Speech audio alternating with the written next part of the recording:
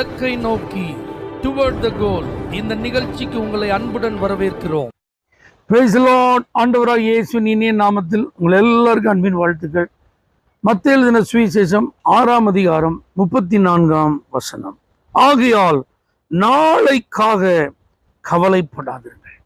இந்த வார்த்தை கேட்கிற சகோதரர்களே, சகோதரிகளே, தாய்மார்களே, தகப்பன்மார்களே, எத்தனை பேர் ஆண்டவர் இயேசு சொல்லிட்டாரு, நான் கவலைப்பட மாட்டேன் அப்படின்னு சந்தோஷமா சொல்ல முடியும்? எனக்கு தெரிந்த ஒரு வாலிப சகோதரன், அவன் திடீரென்று ஒரு நாள் வயிற்று வலினால வேதனைப்படுறான். அவனுக்காக ஜெபிக்க வாருங்கள் என்று அழைக்கப்பட்ட போது நான் நினைச்சேன் அவன் சும்மா சாதாரணமா எல்லாருக்கும் ஒரு வயிற்று வலி தான் அவனுக்கு வந்திருக்கு போல. வீட்டில் போய் பார்த்தா தரையில உருண்டுட்டு இருக்கிறான், வேதனை தாங்க முடியாம. காரணம் கிட்னியில ஸ்டோன்.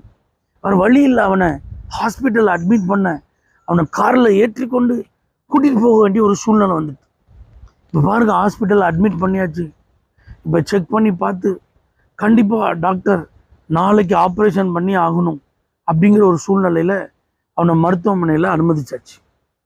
இப்போ பாருங்க, அனுமதிச்சதுக்கப்புறம் நான் அந்த தம்பியை பார்த்து, ஒன்றும் கவலைப்படாதப்பா, அந்த இடத்துல கையை வச்சு ஸ்தோத்திரம் மட்டும் பண்ணு, மற்றதெல்லாம் ஆண்டவர் பார்த்துக்கிடுவார்ட்டு நான் வீட்டுக்கு வந்துட்டேன். நடந்தது என்ன தெரியுமா? வேதனை தாங்க முடியல தான், வலி அதிகம்தான். ஆனாலும் பாஸ்டர் சொல்லிட்டாங்களான்னு சொல்லி அந்த தம்பி அந்த இடத்துல கையை வச்சு ஸ்தோத்திரம் ஸ்தோத்திரம் ஸ்தோத்திரம். ஏன்னா நீங்கள் ஒன்றுக்கும் கவலைப்படாமல் எல்லாவற்றையும் குறித்து உங்களை விண்ணப்பத்தை ஸ்தோத்திரத்தோடு கூடிய ஜெபத்தினால் இருக்கு பார்த்தீங்களா, ஸ்தோத்திரம் சொல்லிட்டே இருந்தேன். நடந்தது என்ன தெரியுமா? அன்னைக்கு ராத்திரியே யூரின் போகும்போது அந்த கல் வெளியே வந்துட்டு, டாக்டர் மறுநாள் ஆப்ரேஷன் சொல்லியிருந்தாங்க, ஆப்ரேஷன் பண்ண வேண்டிய தேவையில்லைன்னு சொல்லி சுகத்தோடு டிஸ்சார்ஜ் ஆகிட்டான். கர்த்தர் ஒரு பெரிய அற்புத சாட்சியாக அதை மாற்றினார்.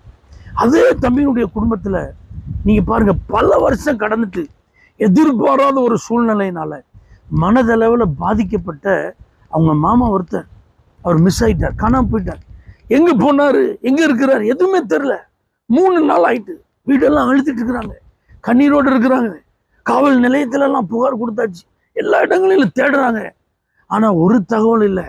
அப்போதான் அந்த தம்பிக்கு இந்த வார்த்தை ஞாபகம் வந்திருக்கு. அன்னைக்கு பார்த்து சொன்னாங்க, ஸ்தோத்திரம் பண்ணுன்னு சொன்னாங்களே. அவன் தன்னுடைய மனைவியை பார்த்து சொல்லியிருக்கான், நீ ஒன்றும் அழுதுட்டு இருக்காத, ஒன்றும் கவலைப்படாத, நீ ஸ்தோத்திரம் பண்ணு, அப்பா வீட்டுக்கு வந்துடுவாங்க. நடந்தது என்ன தெரியுமா?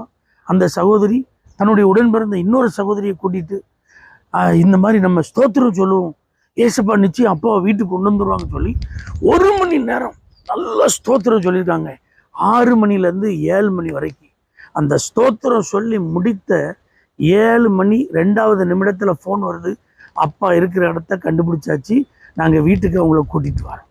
அதனால தான் பைபிள் நாளைக்காக கவலைப்படாதீங்க, வாழ்க்கையில் உங்கள் சூழ்நிலை நிமித்தம் நீங்கள் கவலைப்படாதீங்கன்னு சொல்லுதுன்னா சும்மா இல்லைங்க. பரிகாரம் இருக்குது, தீர்வு இருக்குது, பதில் இருக்குது, ஆசீர்வாதம் இருக்குது, விடுதலை இருக்குது, அற்புதம் இருக்குது, மாற்றங்கள் இருக்கிறது, நன்மைகள் இருக்கிறது.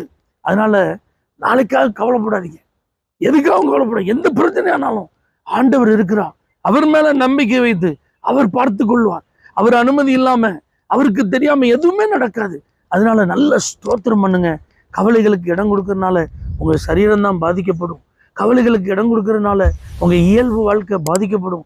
கவலைக்கு இடம் கொடுக்கறதுனால உங்க விசுவாச வாழ்க்கை பாதிக்கப்படும். கவலைப்படாம ஸ்தோத்திரம் பண்ணுங்க, அற்புதங்களை பெற்றுக்கொள்வீர்கள்.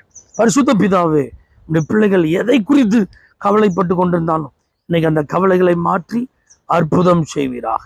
இயேசுவின் நாமத்தில் பிதாவே, ஆமென். For prayer contact, Pastor J. J. Kumar, El Shaddai Ministries, 9500252586, Surandai.